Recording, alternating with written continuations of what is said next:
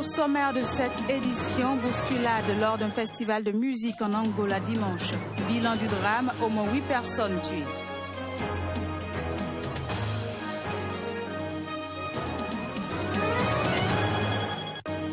Au Bénin, le bureau exécutif du Saint-Prainab a effectué une descente d'inspection sur le terminal d'Alada. Objectif, apprécier la qualité des prestations.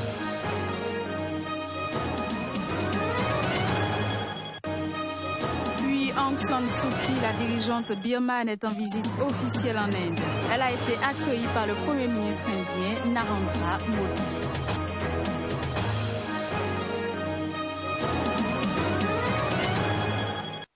Bonsoir et bienvenue à toutes et à tous. Au moins 8 personnes ont été tuées dans une bousculade au cours d'un concert dimanche dernier dans un stade de Benguela, une ville du centre-ouest de l'Angola.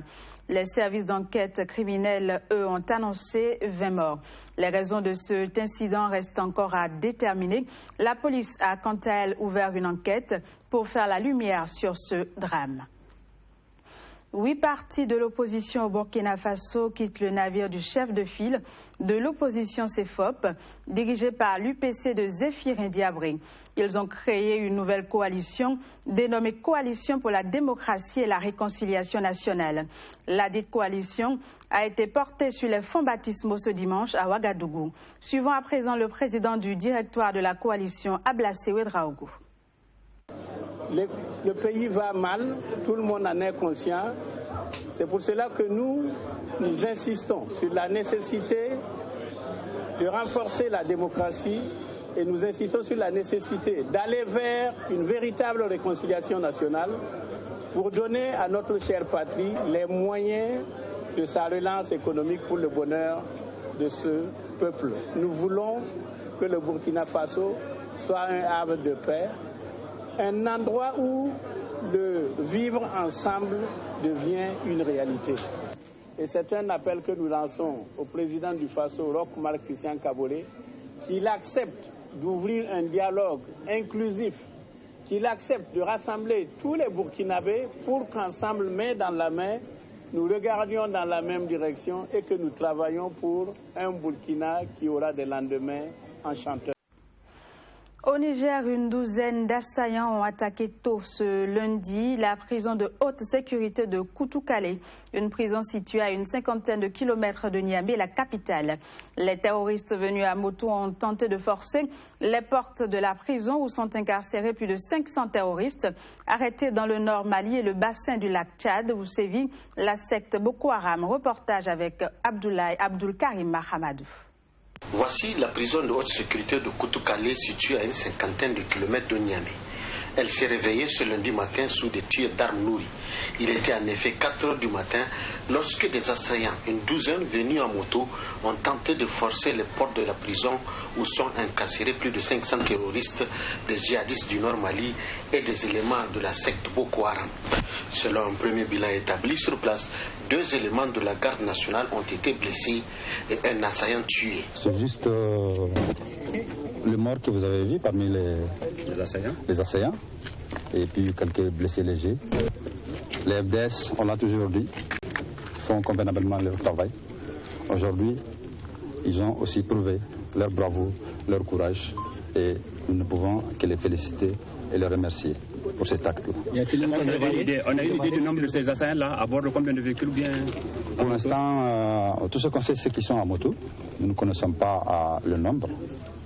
Il n'y a pas eu d'évasion non plus. Ils n'ont pas eu accès à la prison où vous avez vu la puissance de feu. Vous avez vu tous les impacts sur les portails de la maison d'arrêt. Ils ont vraiment merci. En tout cas, nos forces ont tenu. Et ils les ont mis en déroute. Les éléments des forces de défense et de sécurité sont aussitôt allés à la poursuite des assaillants. Et le gouverneur espère qu'ils seront bien rattrapés. Les membres du bureau exécutif du Saint-Prainab, le syndicat des transporteurs et importateurs non affiliés du Bénin, ont entrepris une visite dite d'inspection au niveau du terminal d'Alada. Objectif, apprécier le dispositif sur place et la qualité des prestations fournies aux transporteurs et importateurs. Joaillier Tondi et Romaric l'habité pour le constat. Le contact avec les réalités du terrain pour apprécier l'immensité de la tâche en attente. Les membres du bureau exécutif du Sintra-INAB, à peine installés, ont rallié le terminal d'Alada, l'une des structures incontournables dans l'exercice de leur activité pour se faire leur opinion de l'existant. Que veut l'importateur et le transporteur? L'importateur veut enlever sa marchandise avec une certaine célérité.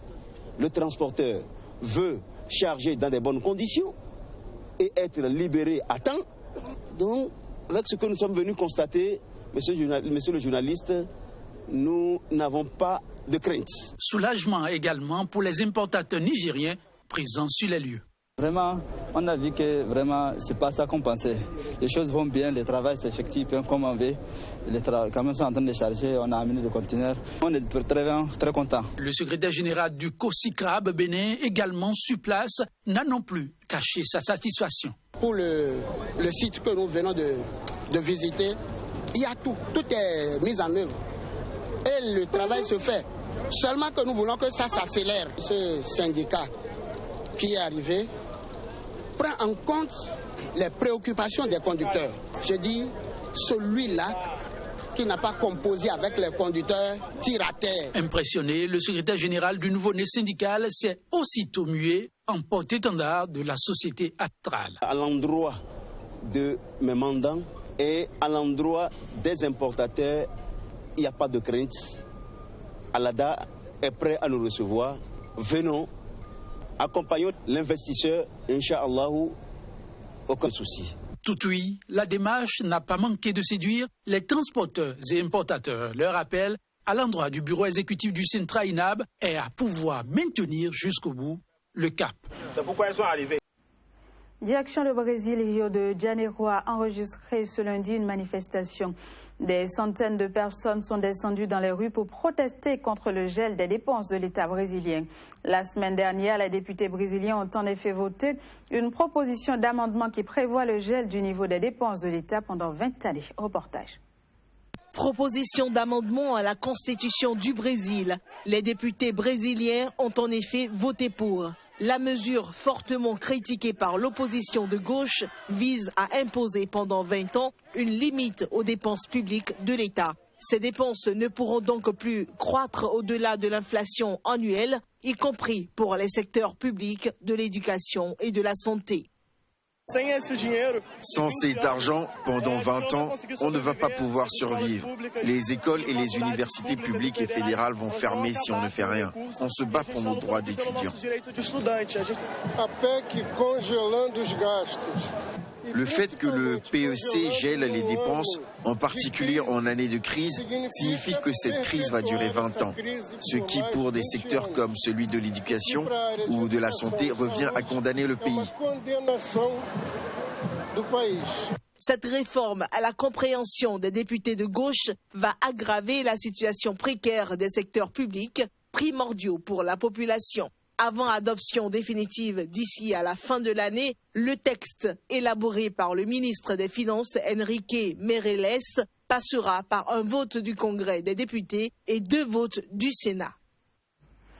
Aux États-Unis, alors que le candidat républicain à la présidentielle Donald Trump cherche à remonter la pente, la position de sa rivale Hillary Clinton était confortée ce lundi par une moisson de nouveaux sondages. Ceci dans les États où se décidera l'élection présidentielle du 8 novembre prochain. Les détails. Avant un nouveau meeting ce lundi soir dans le Wisconsin, Donald Trump, qui est accusé de comportement déplacé par plusieurs femmes pour des faits remontant à une ou plusieurs décennies, a de nouveau dénoncé des tricheries à l'élection présidentielle sans préciser la nature de ces fraudes. Plus de 1,8 million de personnes décédées à l'heure actuelle sont enregistrées comme électeurs. Oh, c'est merveilleux. Alors s'ils votent pour moi, ça nous irait, non? Mais j'ai le sentiment qu'ils ne vont pas voter pour moi. Malgré l'avalanche d'accusations contre l'homme d'affaires, les électeurs de l'Ohio semblent lui rester majoritairement fidèles, selon une enquête CNN qui le crédite de 48% des intentions de vote contre 44% pour Clinton. Mais en Pennsylvanie, en Floride et dans le Colorado, la démocrate est en tête selon Quinnipiac. En Caroline du Nord et dans le Nevada, selon CNN, elle est très légèrement devant dans la marge d'erreur. Ces sondages sont très bien, mais il montre aussi qu'il y a une tendance de fond qu'ils ne peuvent pas sonder. Rappelez-vous des primaires. Qu'en est-il ici et là? Il ne va pas gagner dans tel État. Et le lendemain, on gagne haut la main. Et ils disent, qu'est-ce qui s'est passé? C'est comme si les gens ne voulaient pas dire, je vais voter Trump. Ça me va, on prend de toute manière. Les états-majors démocrates et républicains ont le regard fixé sur les 12 États clés qui détermineront lequel des deux candidats remportera la majorité au collège électoral en novembre. Notons que le troisième et dernier débat entre les deux candidats se fera mercredi prochain à Las Vegas. Direction le Monténégro à la suite d'élections législatives tendues qui donnent Milo Djukanovic en tête. Les observateurs occidentaux approuvent. Ils trouvent que les libertés fondamentales ont été globalement respectées. Images et sons. Les législatives déroulées dimanche au Monténégro posent des questions sur la stabilité politique du pays. Le Parti démocrate des socialistes n'est pas en mesure de gouverner tout seul. Il est crédité de 36 des 81 sièges. Milo Djukanovic va devoir trouver des alliés pour poursuivre comme Premier ministre. Le soutien confirmé de ses alliés actuels ne lui offrirait qu'une majorité d'un ou deux députés. L'opposition n'a pas dénoncé de fraude massive lors de ce scrutin marqué par une participation de plus de 112%. Pour les observateurs de l'OSCE, ces élections se sont tenues dans un climat de concurrence et les libertés fondamentales ont été généralement respectées. Le retour qu'on a de nos équipes, c'est que le jour de l'élection s'est déroulé de manière fluide, sans fraude apparente ni intimidation, allégations de corruption, de financement étranger, de tensions politiques ou d'inconsistances dans le cadre légal. L'administration électorale dirigée par la Commission électorale d'État a respecté tous les délais légaux. Bien couverte aux observateurs, elle n'a pas pris toutes les mesures nécessaires pour assurer la transparence. Avec 40% des suffrages, le PDS devance largement le Front démocratique pro-russe.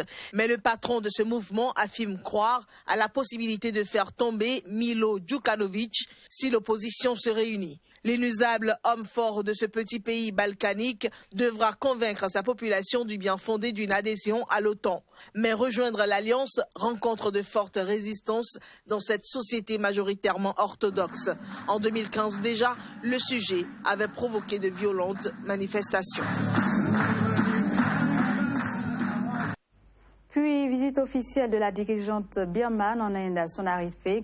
Elle a été accueillie au palais présidentiel par le Premier ministre Narendra Modi. Images et sons. Rechercher les moyens de renforcer encore les liens étroits et amicaux qui existent entre l'Inde et la Birmanie, voilà l'un des objectifs visés par la dirigeante birmane Aung San Suu Kyi en se rendant sur le territoire indien. Ce mardi, elle a assisté à une cérémonie d'accueil en présence du Premier ministre indien Narendra Modi au palais présidentiel à New Delhi. Je souhaite exprimer mon grand plaisir à être de retour en Inde et particulièrement à Delhi, qui a été mon foyer pendant de nombreuses années. Et je dois dire qu'en tant qu'ancienne membre de longue date du club de polo de la garde présidentielle, j'ai été particulièrement ravie de voir la garde monter ce matin. J'attends de nos deux pays des relations plus approfondies parce que chaque fois que je reviens en Inde, je me rends compte de notre proximité et de la foi que j'ai dans la force de notre amitié face au temps et aux circonstances.